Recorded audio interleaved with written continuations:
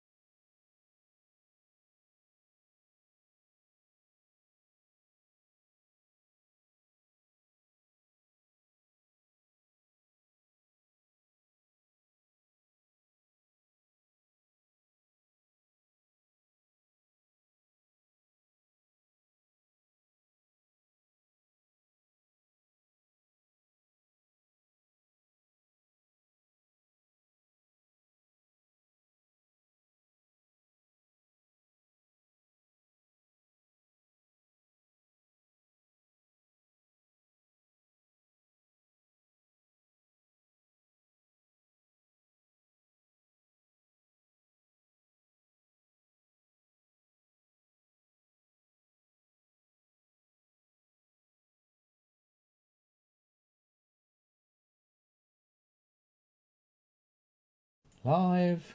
You can still see the old one. Remove. Oh, there's your headset. Web page.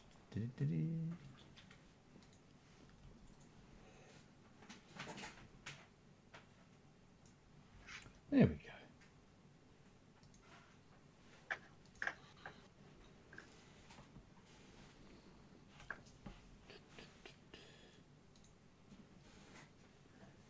Just like to have the so I can play the trailer and stuff while we're just chatting away. Mm-hmm.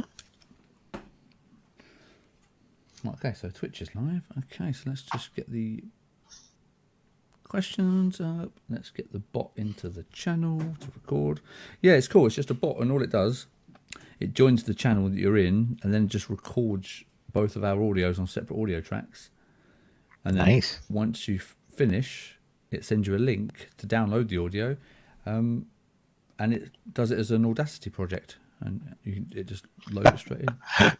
So then it just needs to add a translator too for the log, get a text voice to text log. I've got no idea what it does. It's I haven't got the foggiest. All I know Yeah, is it works. Yeah, a lot of people were saying that if they translate like their interviews and stuff to text, and then they post the transcript along with it, that they get really good SEO on it. Oh, So really? So what? So in the show notes they put the whole chat in, do they? yeah, they just put the transcript in. They said that like the YouTube algorithm Now loves recording. it. Sorry. Yeah, no, it's all good. All good. Okay. No, Yeah, that's actually very interesting. I should do that then. yeah. I think Amazon lets you do a text to or voice to text service. They've got a free thing, and then there's a million online services that do that stuff now too. The problem is, you know what that means? That's another job for me to do on this. I know, right? On this quick podcast I'll create. What a silly idea that was. Hey, I just spent the whole show 4 days at PAX East with people giving me features I should add to my game. Did you? It's all. Thanks. It's nearly finished. Yeah, but have you thought about Yeah. this? My favorite. Yeah. But my favorite is so the game is a spaceship game. You fly around a spaceship and blow stuff up and go on adventures. I've had I don't know how many people say, well, what you really need to be able to do is fly down to the planet and then jump out and then be able to shoot space aliens and stuff. So they want Mass Effect. Yeah, and then I will say to them, do you mean like Halo? And then they'll go, yeah, you should make Halo. And it should have multiplayer, and it should be an MMO, and it should da da da da da da. Yeah. And I'm like, it's me, man. It's just me. Yeah, you know. Exactly. And then when that game does come out, they'll say, "Yeah, it doesn't really know what it is. It's trying to be everything." Right. Well, Exactly. okay. I mean, I think you've spoilt yourself by having such nice graphics. If people thought if it looked a lot more basic, I don't think people would be calling for anything extra. They'd Well, assume it was just a space game. It's your own fault. well, so what's funny is that I'm a server engineer by background, and so for it to look pretty is just cracking me up, right? Because I'm like, I assumed it would be like, well, if it comes out and it looks like, Dwarf Fortress with some, 8-bit pixel art on it, it'll be great, right? Yeah. So to have had the graphics come together as nicely as they have is really cool. Yeah, if it ran, you were happy. Yeah. Well, and that's where like some of the server side tendencies that I have about like performance optimization and stuff is actually paid off, right? So Good, we took the game to PAX and it ran, didn't crash once, ran solid the entire show, and we ran the whole thing in 4K 60 frames off of a little stealth 13-inch laptop. Wow, So, really? yeah. Well, we'll get into that. We'll get into that. That sounds very cool. Yes. Did you do any intro or anything? Do we need to? Now I do the intro separately, so I'll just do it. So all I'll do, I'll leave a little pause now, and then I'll just start with question one of, hello, and the first question is tell us who you are and what your game is, really, and then that is the start of the audio. All right. Did you have the questions? Did you, or you don't need them? Like I said. I had them, and I remember looking at them and thinking that it was going to be really straightfite. It is. Do you want me to send you a copy so you can look at, or are you happy for me to just fire a few questions? It's 9 questions. Fire away. Yeah, just fire away. All right. Will Iversson. Is that correct? Yeah. That's right. Yep. Just making sure. Yep. Very exotic name there. Yeah. Well, mine's Richard Marsh. It's not exactly fancy, is it? No, my grandfather's name was Richard. King's name. Yes. It is, yeah. Right, okay. So I'll start in about 10 seconds. Are you ready? Yeah, sure. Good. Right, okay, so welcome to the show, Will Iversson. Hello. Hello. Thanks for having me on. It's my pleasure. Okay, so what we're going to do, it's a little bit different this week because for the first time, I haven't actually played your game. So I'm going to be doing this from the point of view of someone who's almost completely blind to the game. So you're probably going to get some really stupid questions, I'm afraid. Sorry about that. Oh, that's perfect. It's great. Nobody has seen the game except for if you went to PAX East. So we've never shown it in public, and we've never had anybody stream it or anything. So okay, well that's perfect then. Right, okay. So I've got my 9 questions as per usual. So I'll start with question number 1. Again, it always sounds like a dating show when I start that. Yeah, sounds great. Question number 1. So tell us who you are and what your game is called. Well, sure. So my name is Will Iversson. The name of my micro studio, because it's really, let's face it, it's just me, is Double Robot. And the name of the game is BlazeSky.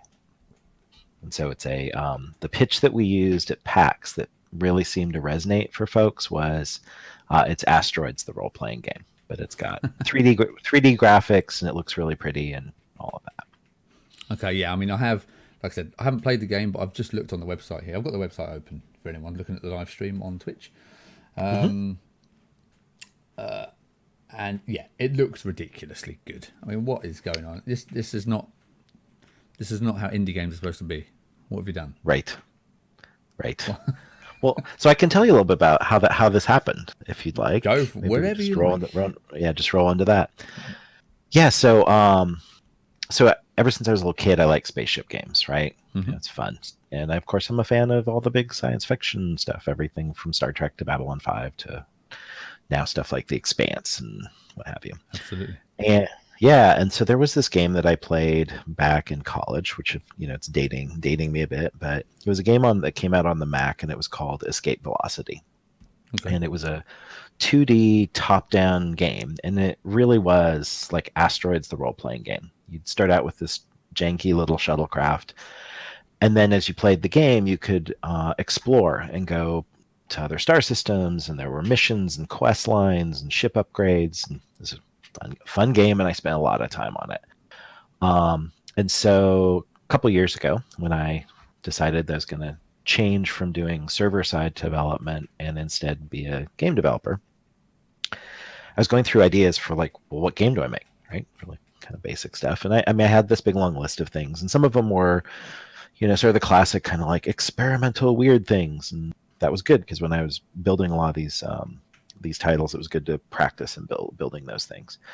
But I kind of decided I didn't want to do mobile. I wanted to make just a really classic game that could run on desktops and consoles. So switched to using Unity instead of some of these other lower level frameworks. And I just said, look, I just want to make the game.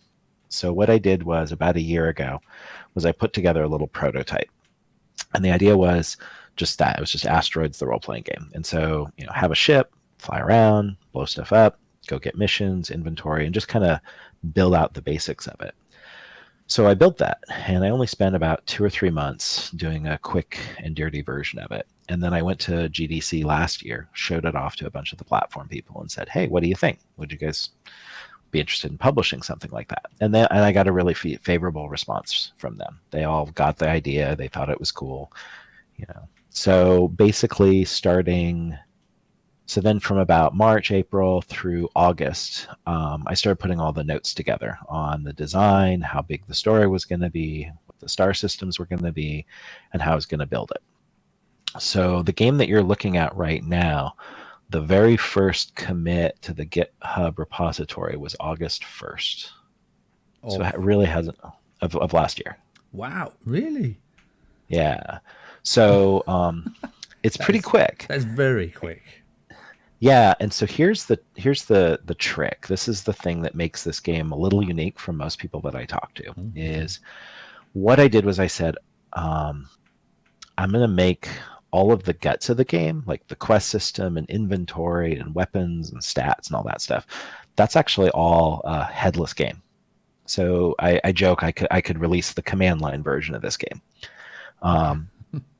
And so all of the things that are tricksy, because like making an RPG on some level is insane. Like, solo developers shouldn't try to make something like this. Oh yeah, absolutely.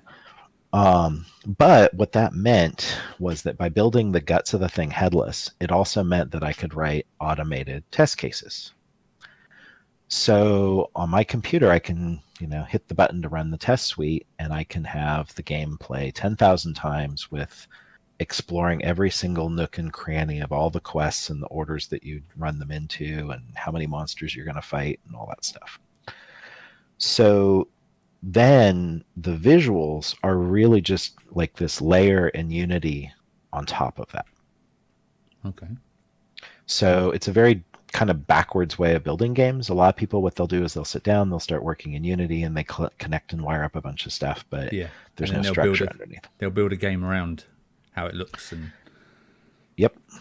So like when you jump into a star system in my game, it creates the star system, it adds wandering monsters, it adds all the monsters for your quests, it adds all the star system like visuals and stuff. All of that stuff is really just thin, pretty visuals on top of the command line guts. Wow. So yeah, so that was really cool, and that's part of where I was able to get a lot of traction really quickly.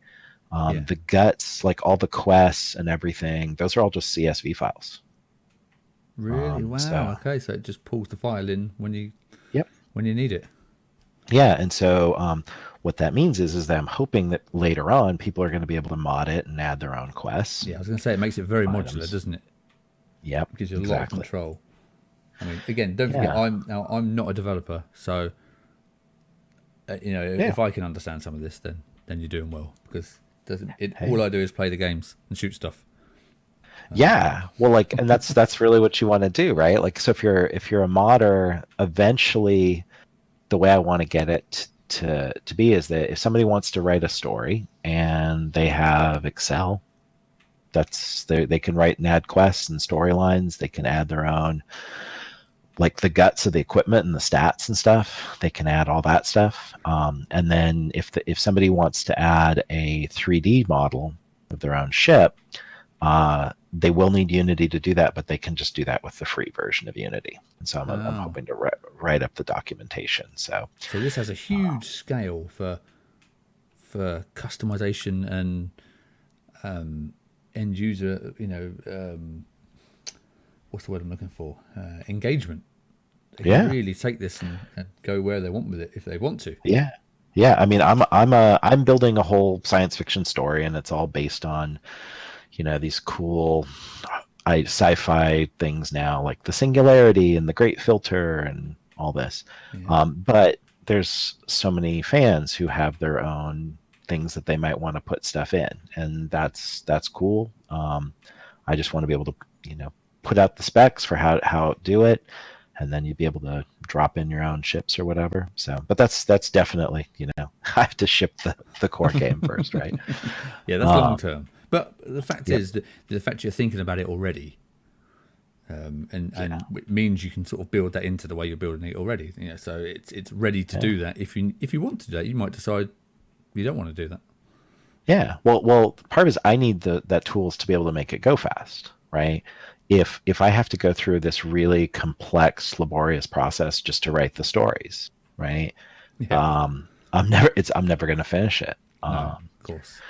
Yeah. So then from the visuals, just to kind of put a little bow on that part. So I'm using, there's a lot of assets that you can get, like asteroids, right? Like nobody needs to make their own asteroid, right? so oh man, what? I've been spending months. I know exactly. Well, you could, like that's crazy because there's a lot of these assets that you get, and so in a lot of ways, what I kind of felt like I was doing was I'm more like a director, where I'm saying, okay, well, I'm going to put these pieces together, and then I'm literally having to do things like figure out the lighting and the particle effects and how it's all going to look and feel integrated. Probably the single biggest thing was, and you can't necessarily tell this from the trailers, but this game's actually a 2D game.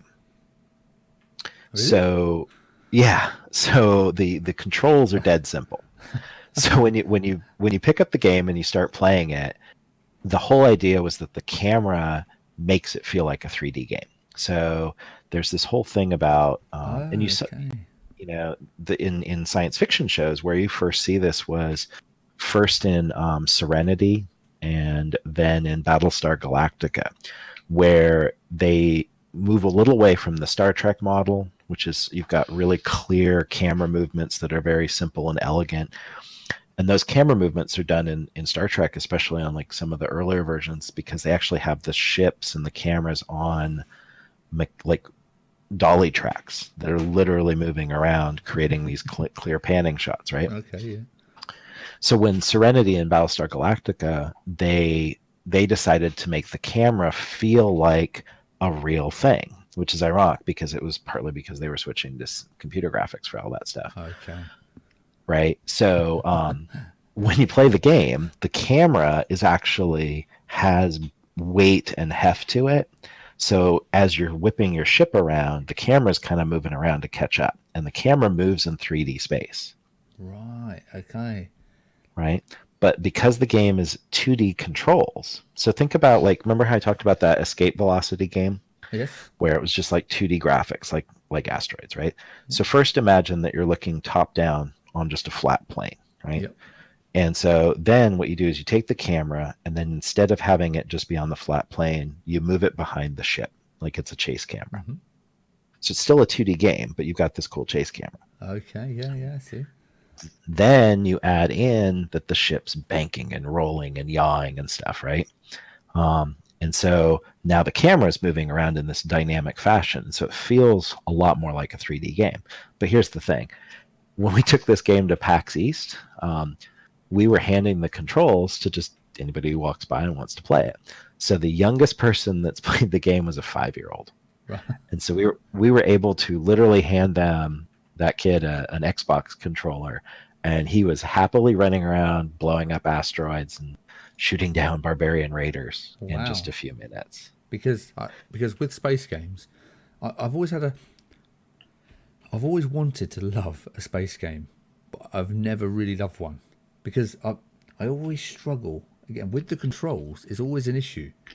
Like you start trying to, you end up having all these controls just to move your ship. I mean, like I said, Yep. if you're talking about Elite and games like that, Yep. you need a manual to land it and do anything. It's a nightmare.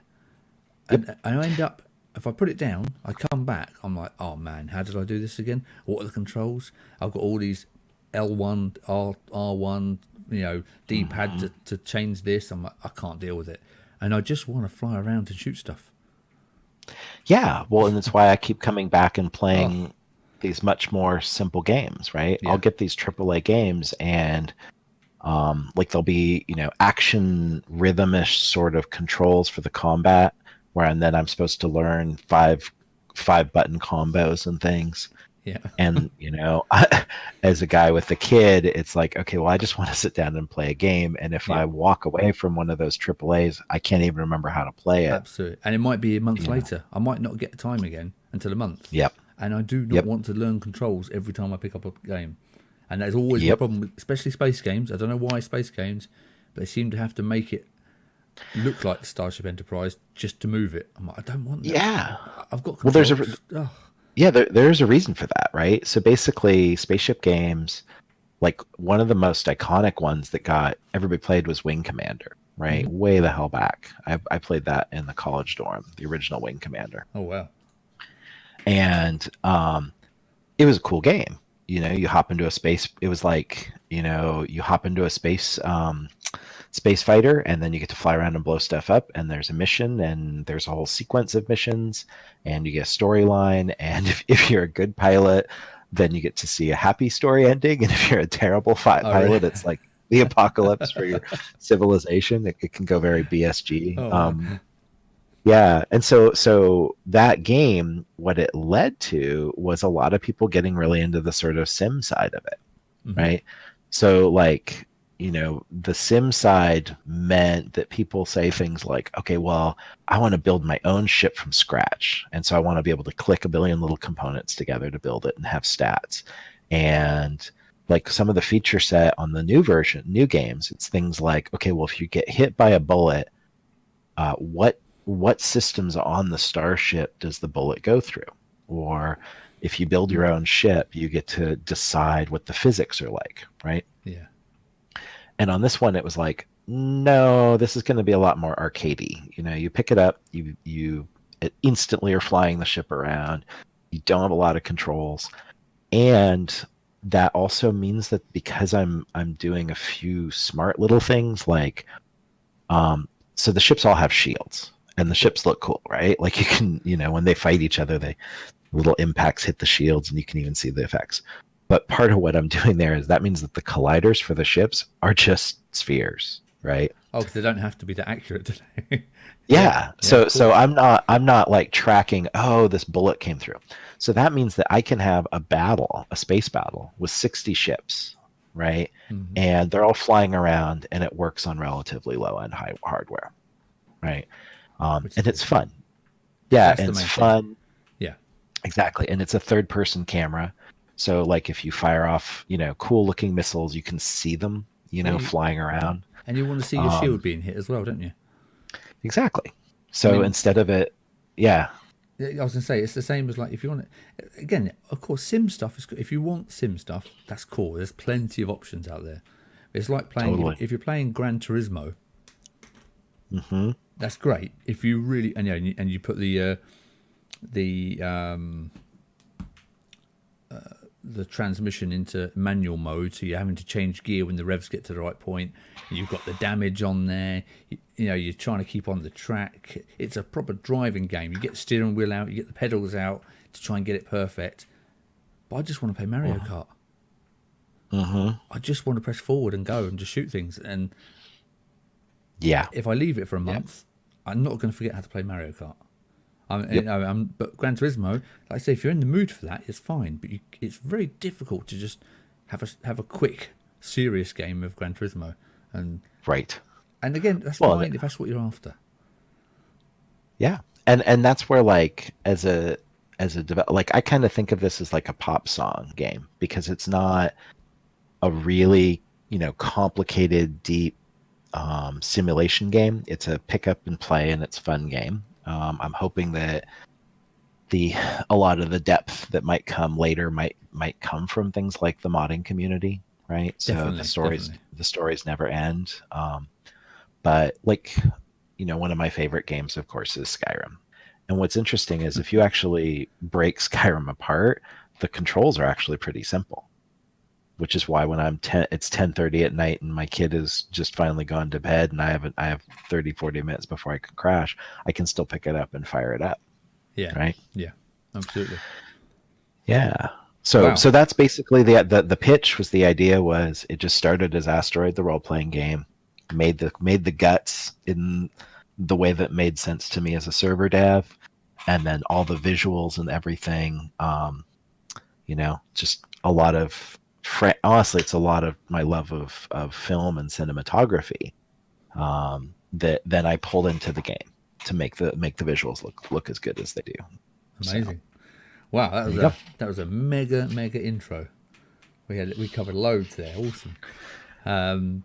Okay, well, so we've done that. So let's move on to when you started developing the game. Yeah, well, I think we kind of covered that. I think I started. Did.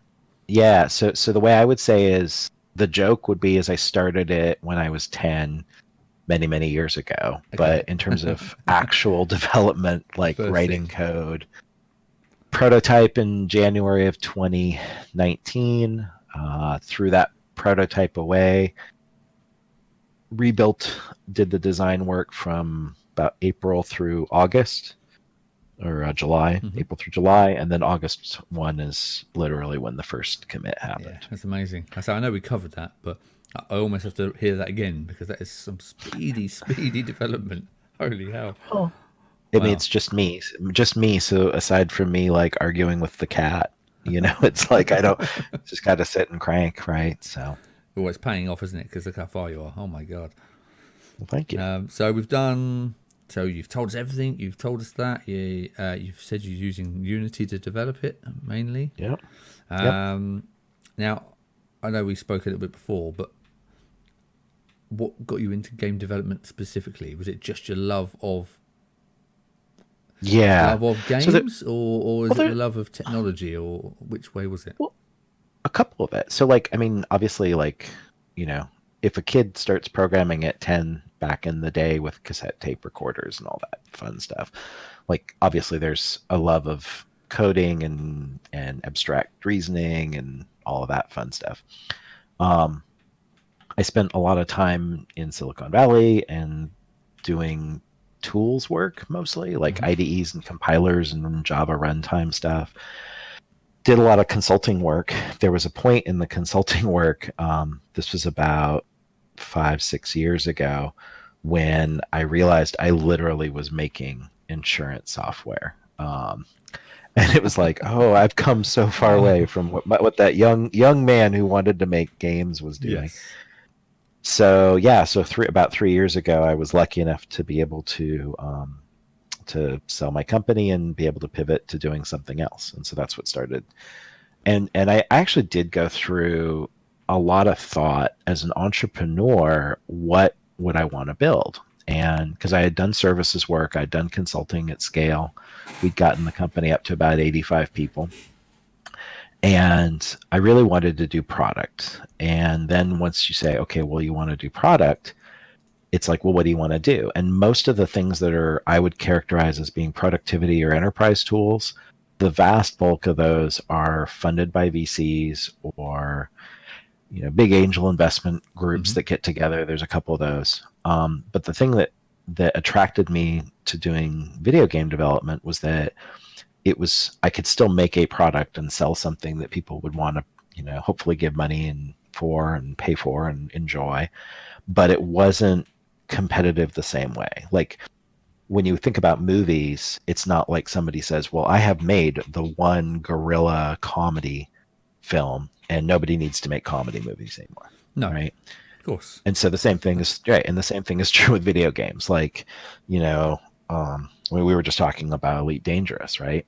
Yes. So that's a spaceship game. You fly around in spaceships and blow stuff up, and it's cool. You talk about Mass Effect. That one's actually not spaceships, but it's still sci-fi. Yes. Just because you like those doesn't mean that you may not play my game. And No, if I can figure out a little bit of a unique spin on it, more the better. So games are something, and it's kind of wild. Like, so we just went to PAX, which was the first time we showed the game. We got a little 10x10 booth. We handed out 3,400 URL cards, and we've already had a couple hundred wish lists on Steam in just about a week and a half, I think. Amazing. Great. Yeah, which is really cool. That's like, great. Yeah. Because that's proving the concept, isn't it? Yeah, I mean, like people. So at the show, the hook was because people are walking by and they're like, "Whatever, BlazeSky, never heard of it." And what we would do is we would hand them a card. Okay, so this is either embarrassing or awesome. I'll let people decide. We'll So run a the poll. two people that, yeah. So the two people that came to help me out at the show were my mom and one of my good friends. And so my mom was handing people URL cards. So they would walk by, and it was awesome because everybody was really nice, because it's like, hey, here's this nice woman who looks like your mom handing a card, right? So they would look at the card, and it was funny because people literally, the card would just said, Starship Captains Wanted. And then you'd flip the card over and it would say, single player spaceship action role playing game. And what was really funny was people would walk by the booth. My mom would hand them the card. They would walk about 10 or 15 feet away as they're reading the card. And then they would turn around and come back to the booth. Because they'd be like, oh, cool. Oh. And so that pitch would get them back to the booth. Awesome. So it was really fun, and then they'd sit, they'd play the game. We could literally just hand them the controls and be like, "Here, have fun." And of course, getting real truthy about it, this is the first time I'd ever showed this thing in public, right? So that's terrifying. And here I am, I'm handing this controller to people who've no idea what it is. Oh, I'm sorry, the doorbell has just gone. Sorry to interrupt you. I'll be back in 1 minute. Apologies. Yeah, no worries.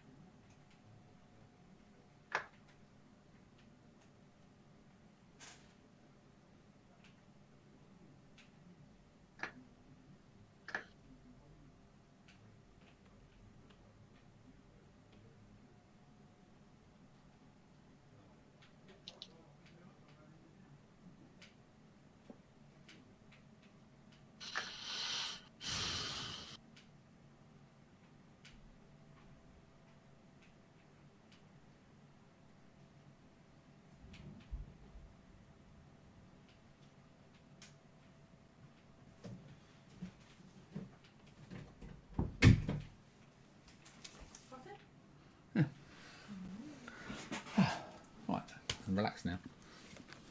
Hi. Hello. Good. I'm back. Hello. Cheers. Oh, poor guy. It's absolutely pouring with rain here, and he turned up to collect a bag, a rucksack, and he was on his bicycle. Of course. He was so ready. Right. So anyway, so sorry. Apologies for interrupting your flow there. I hope you've No, no not worries. not lost the track of what you were talking about.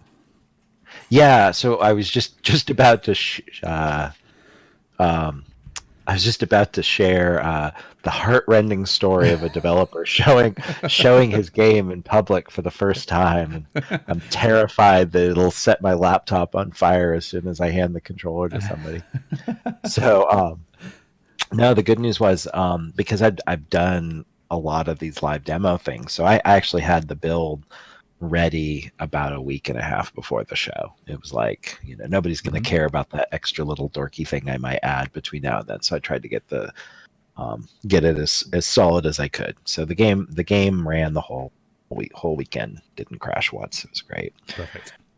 Yeah, and so we were handing the game to people, and the thing that is core is making sure that main game loop is fun, right? Like, is it fun to fly around and blow stuff up and collect loot? And we got it. I think we got it down. Certainly for the show, people would play it. They didn't want to give the controller up. This is a good sign. Yes. We had at the longest on Saturday, I think we had a queue of 8 people stacked up waiting to play the game. Well, so that was really cool. The thing you've got to not be careful of is it can look as good or bad as you like, but if it plays terribly, no one's going to care what it looks like, because instantly you're like, well, this is rubbish. I can't control it. It doesn't do what I want. This is boring, or it's really boring. What's the point? Well, there isn't really a point, but it looks nice, doesn't it? Who wants that? Right. Well, and that's the part about I'm starting to understand why a lot of developers like to build roguelikes. When you make a roguelike and everything is random in it, then it's frankly, I think, in some ways more fun to play as the developer.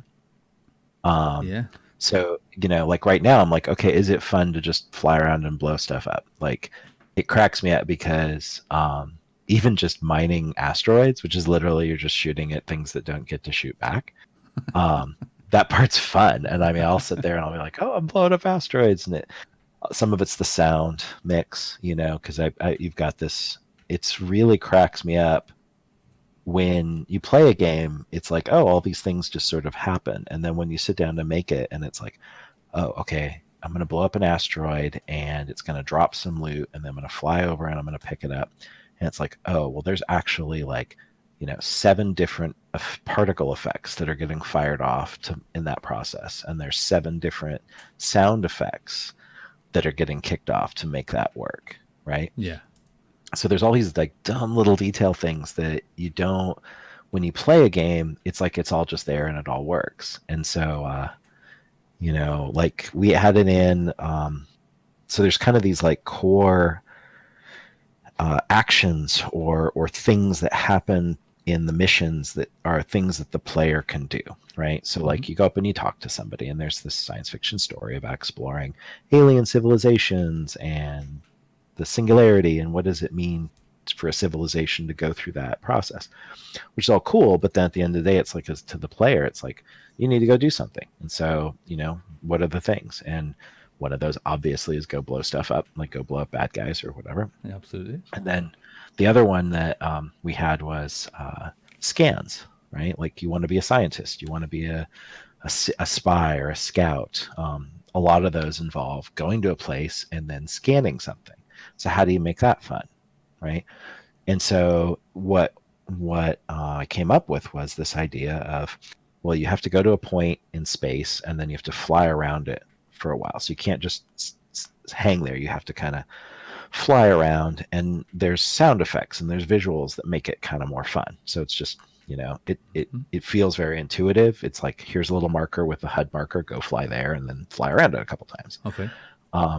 But even something as dumb and simple as that, it's like, okay, well, now I've got the HUD marker, I've got the scanning ray that shoots out of your ship to scan the little holographic ball that marks where it is, having the UI that comes up to tell you how well your scan is progressing and how much longer you have to wait. sound effects that play for things like the scan going on. So it's just cracks me up, all the little dumb little details that you have to do. Yeah, well, exactly. Well, as we were talking about before, on a more basic level, it's just like me creating this podcast. I just thought I'd just press record, chat to people, but people have no idea. And then it winds up looking like the NASA HUD with like 15 monitors and buttons everywhere. Absolutely. I've got a camera here, I've got a microphone, I've got lighting here, that's got to be perfect. Yep. I've got screen here, this screen loaded, and all I'm doing is recording someone's voice. It's ridiculous. Yep. Yep. But okay, so the storyline about the game. Okay, what is the overall storyline, or what is the idea, the object of the game? Yeah, so it's funny because like when you sit down to make a game, it's like I know that a lot of people don't. To be honest, like a lot of people don't care. They just want to fly around and blow stuff up, right? But then at the other end, there are people who get really into the story, and you want to have something that is consistent and reflects, honest world building, right? So what I did was I started with writing up basically a story Bible. And the idea was that it's the future, it's a couple hundred years into the future, and humanity has discovered FTL, and they're kind of on the cusp of figuring things out. I really wanted the core of the story to be rooted in a relatively optimistic view of humanity, right? So it's kind of like a Star Trek Discovery. Exactly. Just going into space. Or even more like Star Trek Next Gen. Like I like Discovery. Discovery has things in it like Control and Section 31, which is I think originally was in Deep Space Nine. So it was Enterprise, wasn't it? The one that was a prequel to Next Generation. So I know this is irrelevant, but I was just trying to. That's a Star Trek podcast. It's awesome. Go. So technically, Enterprise was set first, and then Discovery is set just a little bit before the original series, and then the original series on the Next Gen. So Next Gen was for me like the real touchstone, right? Yes. So if I was going to say like what were some of the core inspirations, so it's Star Trek Next Gen, Babylon 5, a lot of Battlestar Galactica and Serenity and stuff. But okay, just to come back to the story. So the idea was, so that you start with the humans, and the idea is that the Republic, the Terran Republic, is right on the edge of this singularity where things could really change, right? Like you could crack, people could live for hundreds of years, right? But they haven't quite got there yet, but they do have FTL. And then I had ideas for several other alien civilizations. And kind of the idea is that the alien civilizations represent really, really terrible answers to the question, what happens after the singularity? So instead of the Terran Republic being a dystopia, these other civilizations represent everything's just going terribly, right? So there's the I call them the Barbaroi, and they're sort of the barbarians civilization, and they're just about personal power. I've got a alien artificial intelligence, and they basically killed off all of their organics because they thought, AI was the future. Got another alien species that has kind of become mired in philosophical debates. And then what they do is they essentially create their own worlds to experiment with their philosophical ideas on. It's like the worst traits of humankind, isn't it? Right. Well, that's what science fiction should be about, right? Yeah, like, absolutely. What happens if you stop doing this? This is what's going to happen. Right. And so then the trick is so I said, okay, these are all these cool ideas about. Just one second. Yeah.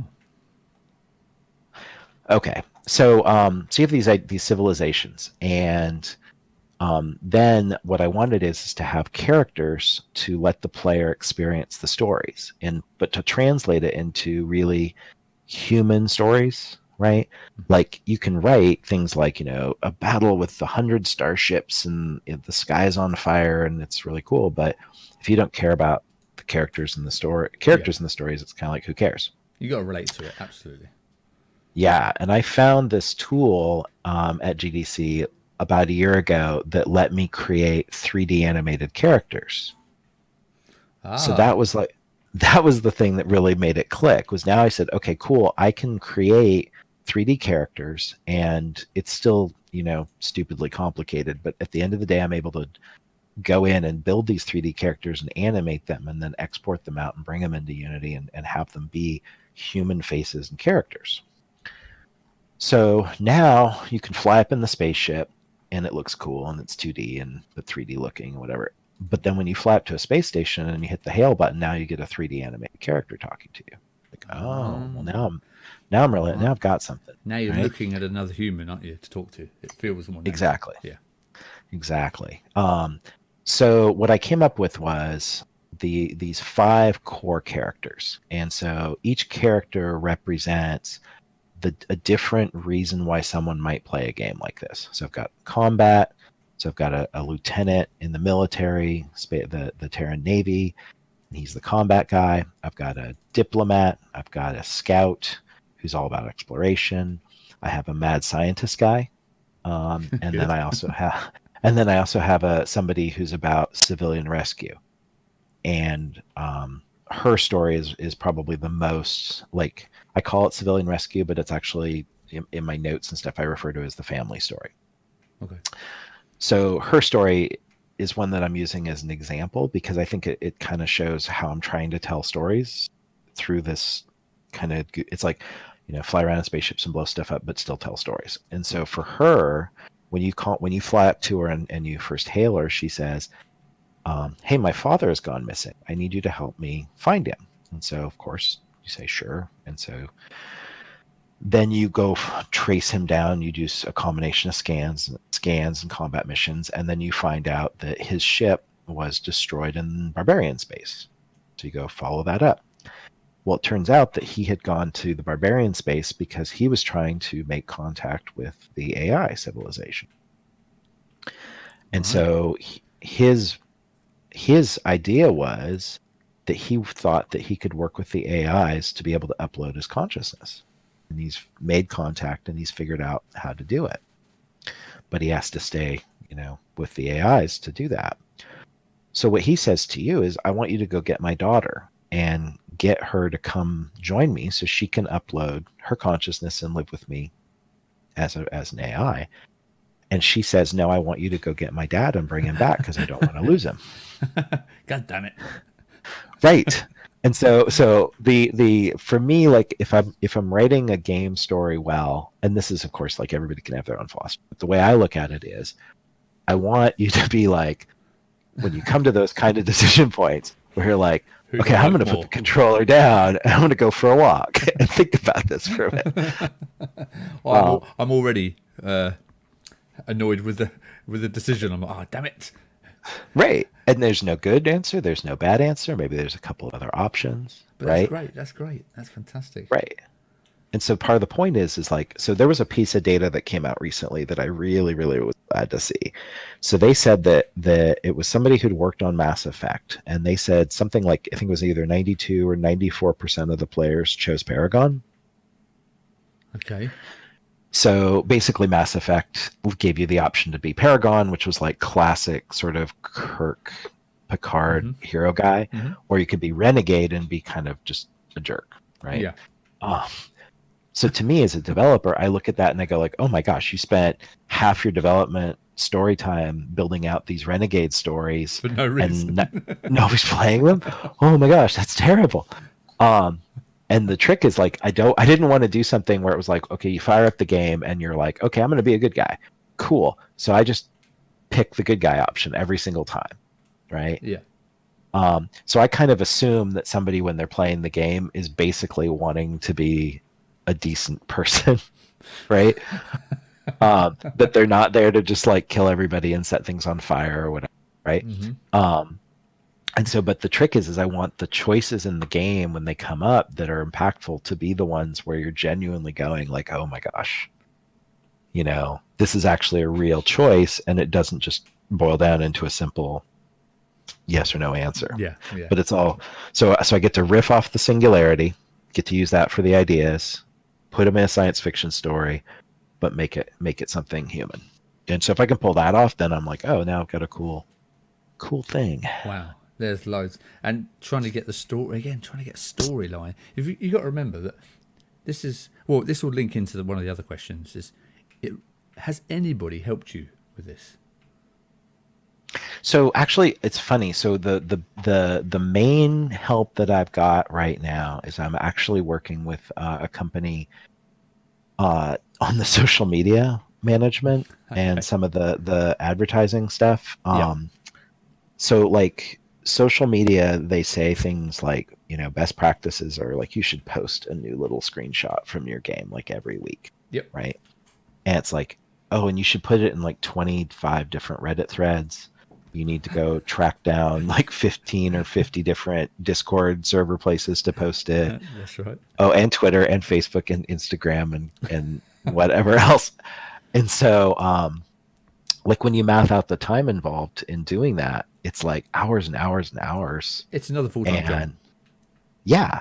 And it's not like, to be perfectly honest, it's not very intellectually challenging to be saying, okay, I'm going to shoot this little 30-second video to turn it into a GIF and a video, and then I'm going to post it on 50 different sites. No. Oh, and by the way, none of the platforms want it to be an automated process. No. So you can't find it. You can't get a tool that'll just let you do it. They want native uploads, of course.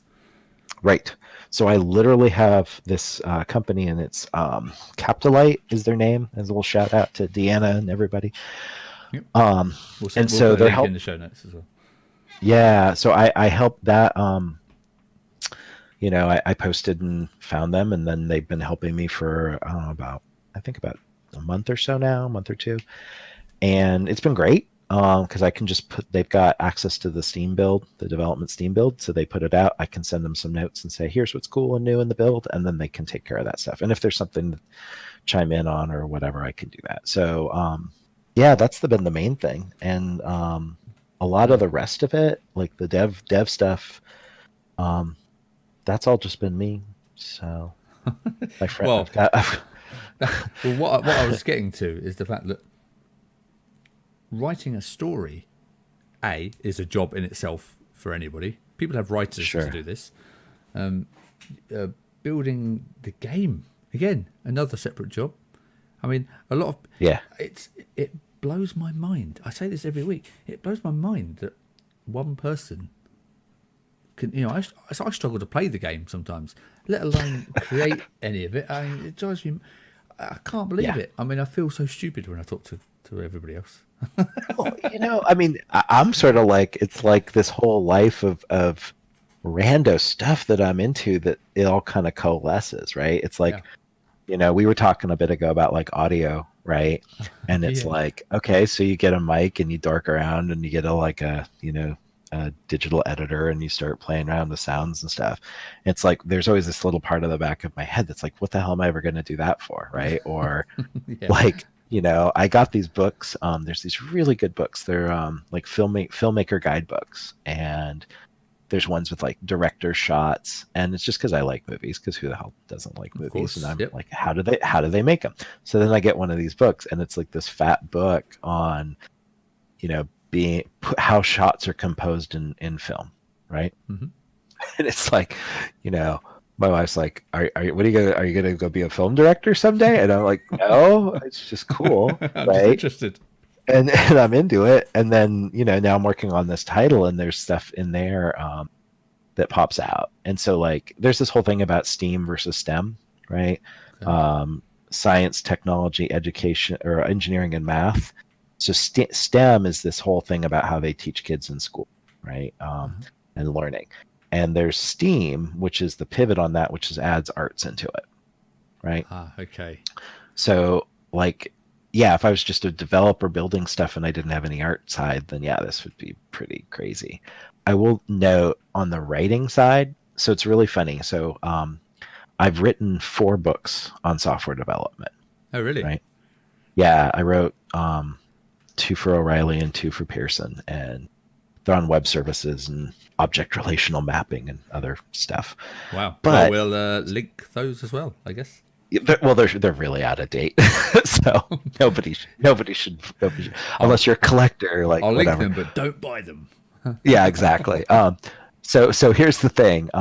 The way that I wrote those books was I would just sit in a coffee shop, and it took me. I worked it out. It took me about 2-3 months to write a book of just sitting in a coffee shop. So on this game, when it was like there was a guy, Jeff Vogel, and he does really text heavy RPGs, and he's a solo developer. He lives in Fremont, Spiderweb Software. Cool guy, cool company, and it's him making these single player giant RPGs. And he said that he writes 100. I think he said in one of his interviews, he said that he was writing 100,000 words a game. And so, yeah, it's a hell of a lot of text. And he basically does one of those a year, right? Oh my god! So he's a novelist, right? Absolutely. Like he's sort of a game developer. Casually write 100,000 words, right? But if you're the sort of person that can, like, brew a cup of tea and just sit down and crank, like, cool, whatever. So I literally was like, okay, well, I'm not going to write 100,000 words. Maybe I'll write 30 or 40,000, right? Yeah. Well, here's the kick: is that what I'm discovering is that because it's you play it through a controller, and it's kind of more quick and fun. What I'm really writing are much, much more, right?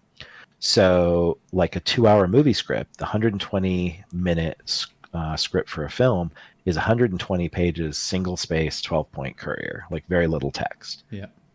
So you might only have like 10, 20,000 words in a 2-hour movie.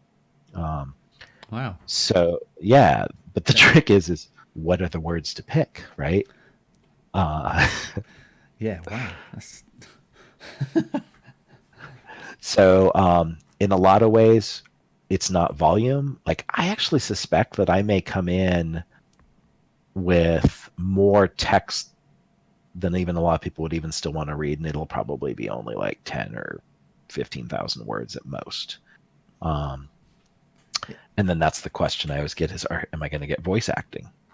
Oh, why not? Right? Why? And it's like, so I start reaching out to people for audio and voice talent stuff, and I'm like, oh yeah, if I've got 10, 20,000 words, how much does it cost? Oh, that's actually, holy crap, I might be able to actually do that. Oh no. Now that would ruin the, like, I'm doing it all stuff, because I am hiring somebody to help me do the voice acting. But it's like, oh yeah, if it's only going to take a couple of days of voice acting to do the whole thing, then part of me is like, well, maybe, I don't know, Oh, what have you started? Well, but as I've said every week so far to every developer, stop touching it. Exactly. Right.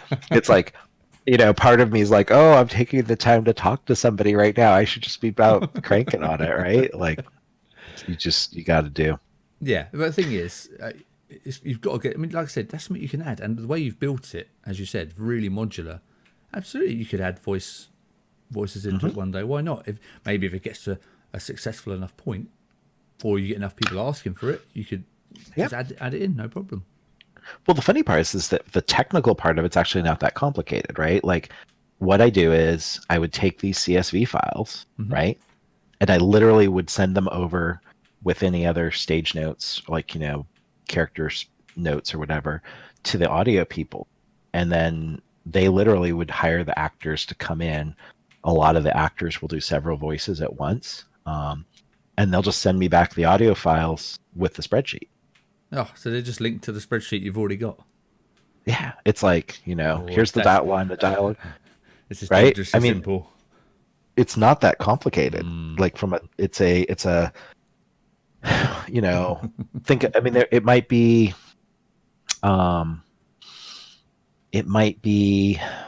500 to 1,500 audio files, right? And each one's just named and numbered, right? So it's like, and just put yeah. I mean, well, maybe you could do like a 1-year anniversary, or when you hit 100,000 sales or something, you're going to put the voice acting in. Right. So this is why I'm like, if you wish list it on Steam, so I know people are going to want to buy it, then that makes me feel a lot better about spending that money. You know what I mean? So you heard everybody. Steam now. Come on. Get on it. Yeah. But the thing is, it's weird, isn't it? Because it's not really going to change the game whatsoever if you put voices in or not. People are not going to... I don't know. I don't think people are going to not buy it if they go, oh, not happy. It hasn't got voice acting. Not happy about that. Really? Well, Really? what's weird is, well, I don't know, because the thing is, like, so when I watch people play, right, like some people study every line of dialogue. One of the biggest branches that I have when I'm writing the dialogue right now is, do you care? Right? It's like, if you fly up to the combat guy and he's like, oh, I need you to go hunt down these raiders. You can ask him a bunch more questions to get details, or you can just basically be like, cool, let me go kill people. Yeah. Right? That may well be done. Yeah, and that's fine. The kick is that you get into these really murky, subjective things like production values, right? Mm-hmm. So if you show up at the show floor, like, and people play it for a little bit and they hear a voice talking, like BioShock, you know, they sort of infamously or famously, depending on how you look at it, they had those audio recorders, right? So you're playing the shooter and you're running around, and then you'd pick up an audio recorder, and you didn't even have to stop shooting people, but you'd hear them telling a little story. Absolutely. Right? Yeah. And so, you know, that's a good, if in order to convey a story, that's a great mechanism and system for doing that. It is, yeah. I mean, again, audio does make a huge difference in anything you're doing. Like we were talking about earlier about the podcast recording. The difference between someone recording a Skype call or someone just using the actual microphone like this. It's a huge difference. But, but would people not listen if we did this on Skype? Maybe not. I have bagged out on podcasts because the audio was too bad. Yeah. Oh, absolutely. If it's bad, but this is what I mean. So you've got to get the voice acting spot on. Because if it sounds like it's some kids' TV show. That's why I'd go hire somebody, right? Yeah. Like my dream version, and this is like, is that of course I've got like my little, like, you know, cast wish list, right? Which might even be a bunch of the actors from some of those sci-fi shows I was talking about. Well, right? I normally add my own voices, my own accents to these. That adds some hilarity. Well, you know, like, imagine if I had like a character from Firefly, an actor who worked on Firefly, an actor who worked on one of the Star Treks, and a Babylon 5 actor. You know, I just listened to Peter Jurassic's. I'm not sure if I'm getting his name right. He's the guy who was Londo on Babylon, and he narrated Straczynski's new book that he just came out, the audiobook. And getting to hear this, you know, guy that I really like give that performance, it was just a really wonderful thing. So you all right, I take it back. We'll see, right? Yeah, no, I don't know. Convinced me now. No. If it's like me and my 5 friends play this game, then it's all for naught anyway. That's it now. There we go. Come on, breaking news. We're going to try to get all these people. Yeah, yeah, we need voice acting. Come on, but hey. All right. So what else do you got here? Whoa, what else do you want to cover? We've got lots of stuff. This is great. So in depth. This is fantastic. Audio. That I know we've done audio with that, but any music? Because I haven't even heard any music or sound effects. Where have you dug those up from? Have you created your own? So music. This one is I'm lucky because there's a lot of artists who have recorded really nice tracks that frankly work really nicely in a spaceship game format. And so I'm using a package called Fmod, which is the sound system underlying the game, which lets me fade the music in and out, including like things like when you get into combat, you know, switching over to a percussive kind of combat music. Mm-hmm. Wow. So yeah, I've got I you know, I wish I could get things like, you know, get like Anvil from Lorne and Awake from Tycho and like that as tracks, but those are all like real expensive commercial artist stuff. Yeah, but I'm getting really good music, and I'm getting a lot of tracks of it, and there's just a lot of, you know, like when you're flying around in space, it's ambient exploration stuff. Combat's more percussive beat stuff. So that, I mean, we could do a whole podcast just on audio stuff. Well, we can cover that more once I've played the game. Yeah. I can actually talk to you more about that maybe. Exactly. Okay, so is there anything? this is always an interesting one. Is there anything in the game that took you way too long to do when it shouldn't have? Oh, that's a great question. It's It's not a haircut, is it? no, there's not. I mean, like I'm trying. I want to ship the thing, right? And so that means like being really, really brutal. I originally had so there's about 30 star systems in the game right now. And when I originally built the map, I had like 85. And it was because, Oh, some of these other games had stars like that. And what I decided to do was make denser, more interesting levels yeah. than a whole bunch of boring empty ones. Yeah, there's no point in having to So travel to a different star system to do the 2 quests that are there. yeah, and so that's one of those ones where I think I only wound up tossing a couple days worth of work net, but it was also one of those like, no, we're going to ship this. We're not going to just, build this ridiculously giant thing. That jumps out. The other thing was, this is kind of techie boring stuff in a way, but Unity uses this pathfinding system called NavMesh, which is a really cool AI system. But at some point, and I spent a bunch of time with the ships originally all flying around using that. And then I wound up switching to just using physics and my own AI.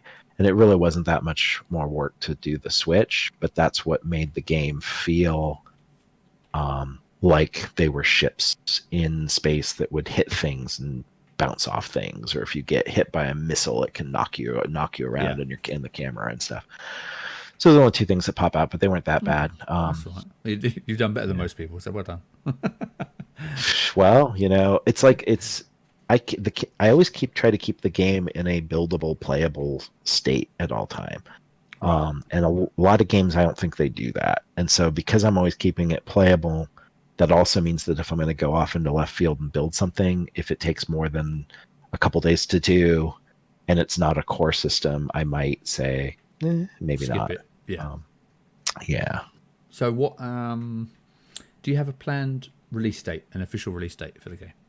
So everybody, of course, that's everybody asks at PAX, right? So the whole show, it's like I show up and people play the game and they're like, "Can I buy it?" And I'm like, "No, wish listed on Steam."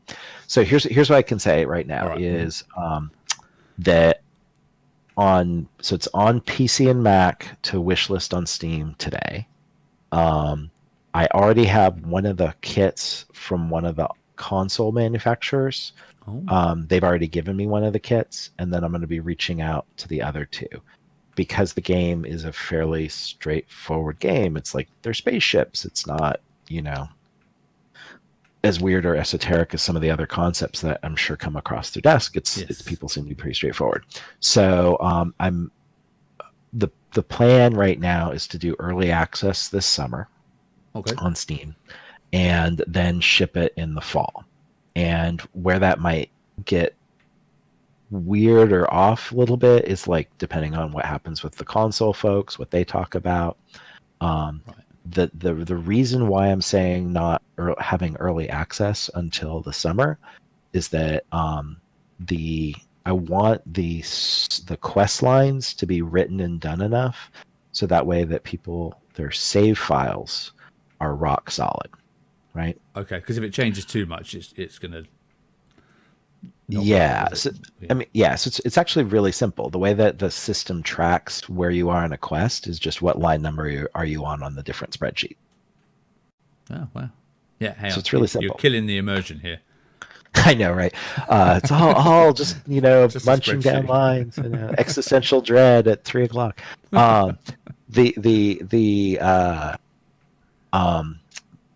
That was a very deliberate choice for me, as I wanted people's save files to be super simple to track. I wanted that even someone like if you're writing quests to be really easy to understand, what's going on in the save system, right? Yeah. But what that means is that if I've let's say that a quest line is 500 lines in a spreadsheet, just to pick an example.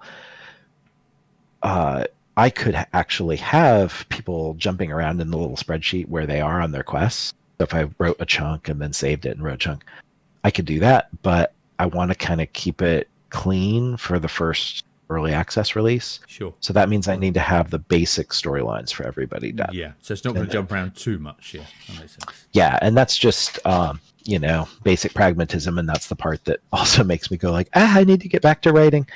Stop talking to me. Because that's the big bottleneck. Is just writing the stories out. Oh, sure. Especially those main storylines. Like side quests, it's like, who cares? Like, you get the functional equivalent of the farmer that has a rat problem, and you need to go kill the rats, and that's the whole mission. Yeah, with a spaceship. Like that stuff is exactly, that's easy. If it's this deep, involved, loving story between the daughter and her father, and how is it going to turn out? I don't want that to then somebody to invest 5 hours or 3 hours or whatever in the quest, and then have it be like, oh, die. Yeah. So, well, that's fair enough. Okay, awesome. And is there going to be a beta for anyone to play? Well, that's kind of the early access, right? So as far as the beta, it's funny. So some of that will again come back to the interest level. Like if there's enough people who really like the concept and what have you, and we think it's interesting enough to do some kind of more of a open beta or something, I'm open to it. Right now, I guess I'm just waiting to see what happens. Okay. All right. Well, the more important question: can I play it? Yeah. Can you play it? So I'm gonna send you a key so you can play it through Steam. And so you will be the first person not at PAX to get a key and be able to play and show this thing. Oh, epic! And can I stream it? Sure. Yes. Yes. So there will be. I would be surprised if you ran into crashes, which I need to knock on wood. There's me knocking on wood right now. Well, I always say it's any game I play at the moment. It's early. This is not even released, not even in early access. So you've got to expect bugs and crashes. There may not be any, but it's not a problem. I always try and make that clear because. So the people who are testing it right now, like my friend George and some of those folks, the biggest bug reports I've been getting that the stories aren't done yet. So you'll talk to a character, and then all of a sudden they'll just be like, "See ya." The character will just say "to be continued," and it's like, really, military guy, and then he's like ending on this like dramatic hang up on me, like "to be." Yeah. BRB. What? Yeah. And then he's also said, because you get a series of different missions and quests, and so he's been asking for quality of life on things like the star map. So when you play the game, there's the main map, main view, which is you and your ship flying around, and then there's a star map. And so you spend most of your time, when you use the FTL, then you get to go to the star map, and then you come back. And so, he's like, eventually there's going to be, I need to add in some stuff for star maps. Sure. And your FTL animation, by the way. Thank you much. Looks so cool. The other one that I will send to you is the how to hit the debug menu. So you can actually give yourself any ship, and you can fly around as any ship in the game. Oh, so there's about 40. So about 40, 50 ships, and you can't get to a bunch of the ships regularly because I haven't written the quest yet. Details. You're too busy talking to me again. Yeah, I got it. Yeah, but what that means is that you'll get a chance to play around and check out some of the other spaceships and stuff, like not just the starter one. So, and that sounds awesome.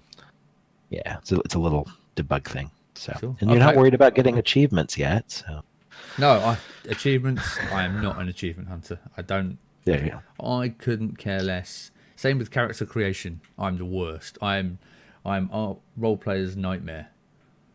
There you go. I'm Mr. Auto name, auto character look. Just give me something to shoot at. Yep. And again, I have this argument every game I play. As I mentioned in the last episode, that's why I end up with characters with names like Mr. Slapped You Back and stuff.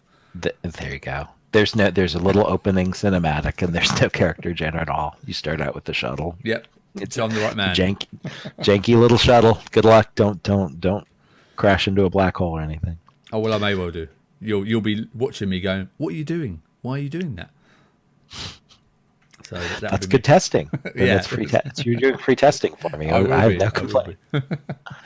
Awesome. Okay, Cool. so what day is it today? It's the 9th of March, the day before my birthday, is what it is. So happy birthday. thank you. 39.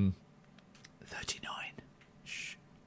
Oh, there you go. I'm in that same neck of the woods myself, so Yeah. I got nothing else. Yeah, it's fine. It's fine. Prime. Okay. So let me have a little look, because like I said, the idea of this podcast originally was to do exactly as we're doing. Talk to the developer, learn about the cool game, get excited, and then a few days after the release of the podcast, people can listen to the podcast and then watch me stream it and then see everything that we've been talking about. So awesome. Of course, like I said, it'd be great if you could join me in the stream, but you don't have to, of course. It's not Let me know when you want to do it. So this week I'm working. So this is live planning on the podcast here. So sorry for people listening. I am working early shift all week, so it can be any evening you like. How about that? I've got to edit the podcast, release it. So how about Friday evening? Friday the 20th, and your evening is my morning. Yes. So it'll probably be between 8 and 10 I'll stream my time. So it's... Okay, so it's like 10 o'clock in the morning my time, roughly? Well, it's 8:37 now for me. It's 1:37. Okay, so it'll be around this time. So sort of 1 o'clock, right. 1 till 3. You. What I'm going to do is I'm just going to mark off noon to 3 on Friday the 20th. Perfect. And then I'll get this podcast edited. It doesn't normally need much editing, to be fair. So it just means I have to do stuff. But if I've got a deadline, that'd be good. So I'll get this podcast out, hopefully by tomorrow. And then people have got 3, 4, 5 days to listen to it and then join in to the live stream of the game. That's fabulous. And that'd be very cool. I'll just sit and play it, and you can cringe as I do stuff I shouldn't be doing. Oh, it'll just be me making a long list of stuff that I need to do. So it's all good. It's all good. I mean, it's funny. I see every little particle effect. Like every time you shoot a bullet at something, and then there's this little explosion, and some of them aren't sized quite right. And so I'm looking at while we're at PAX, and I'm like, oh, I need to fix that. And no one cares. No one cares. No one's noticed. Yeah, that's part of it. I mean, it's your game, it's your creation. You want it to be everything you want it to be, which is fair enough. Yeah, there you go. Okay, so where is the best place for people to find out about the game? Where should they go? If you go to just doublerobot.com, I actually have the domain BlazeSky.com, so that's fewer characters to type, but it just redirects you back to doublerobot.com. So where's Double Robot from? That's a cool little name. Any idea? And is it just cool? Yeah. So it sounds cool. I like the idea of these two robots bickering, and then there's a sort of a noirish aspect, because when you look at the little characters, it's who are they? What are their what's their relationship? They look are they coming for you? Are they? It reminds me of Bert and Ernie. Right. Well, because there's and that's part of it. So there's all these famous double characters like that. Yeah. And so it speaks to story writing and conflict and. Yeah, I recognise it straight away. It feels familiar. So. Yeah. I'm not saying I watch it on Sesame Street, but There you go. But I do. That's PBS. That's a US. I know. Kids show. Yeah. I know. I get it. Get it all. It's the joy of YouTube now. I know. I laugh because my wife and we watch Doctor Who and stuff, and so we get a bunch of BBC stuff. So kind of fun. Cool. So doublerobot.com, head there. Doublerobot.com, hit there, and that's got links to the Steam page. And all that good stuff. So everybody, if you are interested in the game, like I said, trailers, screenshots. Yeah, there's loads on there. I've been browsing through the website while we've been chatting on the stream. So if you do want to see what I've been browsing, go to. This will be on YouTube in a day or so. Brilliant. other than that, is there anything you want help with? That's another question. I know you've done the game yourself, and that's fine. But how can people help? Honestly, yeah, the number one thing is, so, as a solo developer, I'm sitting here and I'm working in my room most of the time, my studio by myself, right? And it's like, does anyone care, right? And so, like, the single most important thing for a game like this, for any indie game, not just mine, is, if at this stage in the development, is hit that wish list button on Steam. Okay. And so that helps me know that someone is interested in the title. It helps Steam know that people are interested in games like this. So number one thing, if you hit that button. The other one is, if you're interested in following the development, you can hit the Twitter account. That's where I'm most prolific, posting stuff right now. And then there's also you can subscribe via to an email address on Double Robot if you're not into the tweets. And then you'll get an email, and it's just email from me. So no big corporate whatever. It's just me saying hi. Just you sitting there at your PC sending them out. Exactly. Another job for you to do. Right. The problem is not getting too much email. It's going to be, why hasn't he sent out an email? Because he's fixing a particle effect. Yeah, you know it now. We've heard this now. Yeah. Exactly. And last question that I have is, what happens after BlazeSky? Do you have any future games, or where are you looking to head? Now, I know this is probably another podcast. Well, because like, it's a studio, right? It's like, we're not just going to do the idea wasn't to just make one game and call it good. I have a file. I mean, every time there's like a cool game idea, and then you put stuff in the file, and it's like, you go look at the file later, and there's a bunch of them where you're like, did you hit your head on something? Like, do you have whatever? Like, who thought that was an idea? Yeah, exactly. And then there'll be ones where you're like, oh, that one won't go away. And then there's also the ones that are insane, because everybody who I know who's into games, the big problem is that they'll come up with these ideas that are too big, right? Oh, absolutely. I hear this a lot. Yeah. And so like, a lot of it, like, and this is where it's like, prognosticating into the future can get tricksy, because one future version is, people really like BlazeSky, and they want not just the game, but they also want a bunch of modding stuff, or a DLC or something, right? Which should be cool. More story stuff. Yes. And so if that's kind of the path that winds up going down, then that's cool. If the game comes out and people are like, that was really cool, like, at a minimum, I'm like, people buy the game and they're like, this is 15 to 20 hours of just fun, relaxing and exhilarating and whatever story stuff, and it's cool, and that's a game, and it's fine, that's cool too. So it just kind of depends on what the response is and what the lifetime winds up looking like. Sure. And there are ideas, like, I'll tell you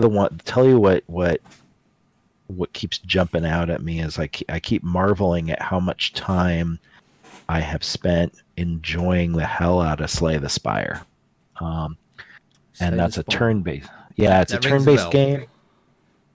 Yeah, it's a turn-based game. It's a weird game. It's almost impossible to explain. It's Magic the Gathering, the roguelike single-player experience. So you play the game, you get a deck, you get this janky deck of cards, so it's like a Dominion-style deck builder. You add in cards as you play through the dungeon, and it's a roguelike, so it's horrifically hard and you die all the time, right? Yeah, well, I die all the time in all the games. It doesn't matter if they're roguelikes. Yeah. But here's the kick, right? So, like, if you're sitting there and you've got, like we were saying before, you've got, it's 10 o'clock, your kid has just crashed, and you have half an hour till you crash, Slay the Spire is like perfect. Yeah, it looks fun. Because you can, looks good. Yeah, you fire it up, run through it, whatever. So that game is, that one's on my brain right now. Okay, exclusive. This is exclusive news. It's a cool game. Look at this. Well, you know what's crazy? That game was built. I'm in Seattle, Kirkland, technically, whatever. Which, anyway, um, uh, so Seattle, University of Washington, Slay the Spire was built by a couple of kids from UW, is my understanding, and they've sold at least 1 million copies of that game. Wow. So, and I think a lot more than that. And so for a couple kids to knock off a game like that and have it do that well is very interesting to me. It speaks to there's something that people want that they're not getting from AAAs. So absolutely. And the thing is, the gaming market is only growing. It's not like we've peaked. You know, hey, yeah. And there's new people coming through all the time, isn't there? You know, it's not like it's a weird niche anymore. It was when I grew up. No. I mean, there were 45,000 people at PAX East, right? Wow, yeah, so, serious stuff. Yeah, So, cool. So you say you're a studio, and you refer to yourself as we. So does that mean you plan on bringing people in? I mean, are you planning on growing the studio, or do you want to be a solo developer forever and do everything yourself? So, like if I had my ideal scenario, I'd love to get to about 10, 15 people. I don't want to do the thing that a lot of studios do, which is they grow and then fire everybody all the time. So one scenario is that, just by way of example. So let's take this game. So it's a spaceship game. You fly around, but it's also a story engine, right? You can write the CSVs, you can drop ships in, you can add in characters pretty easily using the tooling. So once there's revenue and people are playing it, and then if I can hire a couple people to create.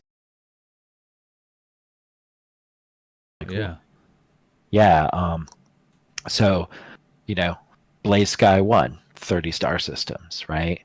BlazeSky 2 has 85-star systems and 5 times as many characters and whatever. But the cool part is that a lot of the core work on the engine stuff's already done.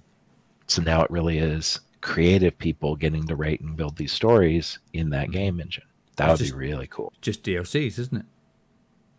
Yeah, DLCs or whatever. Maybe it's I don't know, subscriptions or people buy it, or BlazeSky 2 is just a much bigger title. And I suppose it depends how much content you get and how many units you sell. Yeah, I mean, and like, I don't really want to get into things like in-app purchases and a lot of skeevy or loot boxes or whatever. It's like, if you want more, you can buy more. Yeah, I joke that that's the most retro part of the game, is that the business model. It's like, you buy it, you just buy it. You own it. Yeah. What? I know, it's ridiculous, totally insane. But again, that is the joy of indie games as well, because we're kind of going back on ourselves, back to how it used to be with these games, and a lot of the indie games are feeling like, because they're built for fun, as games used to be. There's no underhanded plan in place, so it's nice to go back to a bit more of that feeling, which I like. Right. Well, cool. Thank you so much for coming on the show. It's been absolutely fantastic. I actually can't wait to play the game. Cool. Well, I will send you the key. Okay. And then you can have fun. I better stop recording and start editing then. All right. And you got stories to write. Exactly. Oh, real pleasure. Thank you for taking the time, Richard. No, my pleasure. Thank you for coming on. And I'll see you on a future podcast. Brilliant. Cool. Cheers, man. Take it easy. All right. Bye. Bye. There we go. Done. Cool. And I have 10 minutes to get to my dojo for my martial arts class. Oh my God, I'm sorry. That's okay. I'm literally a mile away, so I probably won't be late, but I do got a jet. Then go now. See you later. Thank you very much. It was awesome. Absolute pleasure, and I'm really looking forward to it, because now every time somebody asks me about the game or the dev or whatever, I can just say, "Oh, check this stream out. It's awesome." And I'll send you the link for the audio as well, so you can have a copy of it as well, just so you've got it. Yep. And then I will send you the key, because I'm literally walking out the door. It may not be till like later today or this evening or that's whatever. Fine. I'll start editing now, so I'm busy. All right. Sounds good. All right. Take care. Pleasure, I'll talk man. to you Thank soon. you. See you later. Enjoy. All right, bye. Bye. Bye.